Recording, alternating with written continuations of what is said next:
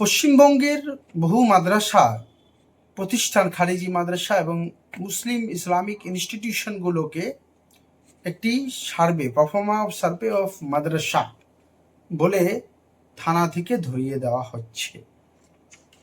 বহু মাদ্রাসার কর্তৃপক্ষ এবং মাদ্রাসার কমিটির যারা দায়িত্বে রয়েছেন তারা আমাকে ফোন করে অনুরোধ করেছেন যে এর আইনি ভিত্তি বা এটা কি ম্যান্ডেটারি দেওয়া সেই বিষয়ে ভিডিও মারফত আপনাদের কাছে যেন আইনি পরামর্শটা দেওয়া হয়। সেই কারণেই আমি আইনজীবী আশফাক আহমেদ, সুপ্রিম কোর্ট ও কলকাতা হাইকোর্ট বলছি যে, এবং আমাকে কর্তৃপক্ষ এটাও জানিয়েছে যে কিছুদিন আগে জুন 14 থেকে জুলাই 14 অবধি ডিএম অফিস থেকে মাদ্রাসার ব্যাপারে অলরেডি একটা সার্ভে হয়েছে এবং একটা তথ্য নেওয়া হয়েছে। কিন্তু এখন যে পারফর্মাটা আপনাদেরকে দেখাচ্ছি সেই পারফর্মাটাতে মাদ্রাসার নাম থেকে শুরু করে আপত্তিকর বিষয়গুলো হচ্ছে, এই প্রথম হচ্ছে এই থানা থেকে দেওয়া হচ্ছে এবং এতে কোনো এই সার্ভে করার যে ভিত্তি, গভর্নমেন্ট অর্ডার, কোনো কোথাও লেখা আছে কিনা, ডেট, সিল, কি উদ্দেশ্যে এই সার্ভে হচ্ছে, কোনোটাই নেই। তো এর আইনি ভিত্তিটা কি? আমি যদি বলি যে পারফর্মাটা যদি বিশ্লেষণ করি তো এই ফর্মে কোনো কিছু তথ্য উল্লেখ নেই, মানে সরকারি গভর্নমেন্টের কিছু, কিন্তু ঠিক আছে কিছু প্রশাসনিক প্রয়োজনে কিছু তথ্য চাওয়া যেতে পারে, যেমন মাদ্রাসার নাম, ঠিকানা, স্বীকৃতির অবস্থা, প্রতিষ্ঠান সাল, ছাত্রছাত্রীর সংখ্যা, শিক্ষকের সংখ্যা, জমির ধরন এবং অর্থের উৎস।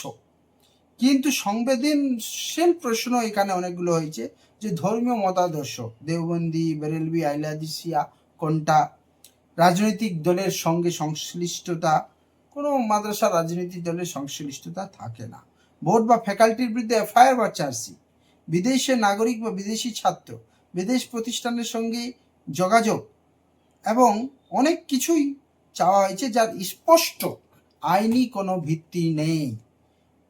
সংবিধানের অনুচ্ছেদ 14 সমতার অধিকার এবং বৈষম্যমূলক সমীক্ষা করা যাবে না, সমতার অধিকার দিয়েছে। এবং আর্টিকেল 21 অনুচ্ছেদ 21 বলেছে ব্যক্তিগত স্বাধীনতা এবং গোপনীয়তার অধিকার, রাইট টু প্রাইভেসি।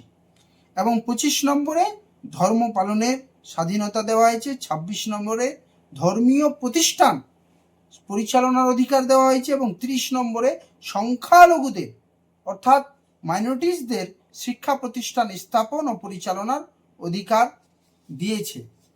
তো এইখানে আমার পরামর্শ হচ্ছে, এই ফর্ম দেখে আমি একজন আইনজীবী হিসেবে বলছি, আপনারা এই তথ্য দিতে বাধ্য নন।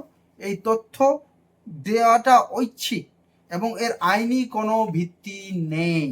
যতক্ষণ পর্যন্ত না সরকারি গভর্নমেন্টের কোনো অর্ডার, নোটিফিকেশন হচ্ছে এবং প্রপারলি ওখানে পারপোজ মেনশন করা হচ্ছে কি উদ্দেশ্যে, কিসের জন্য, ততক্ষণ পর্যন্ত এই তথ্য দেওয়া আপনার ঐচ্ছিক বিষয়।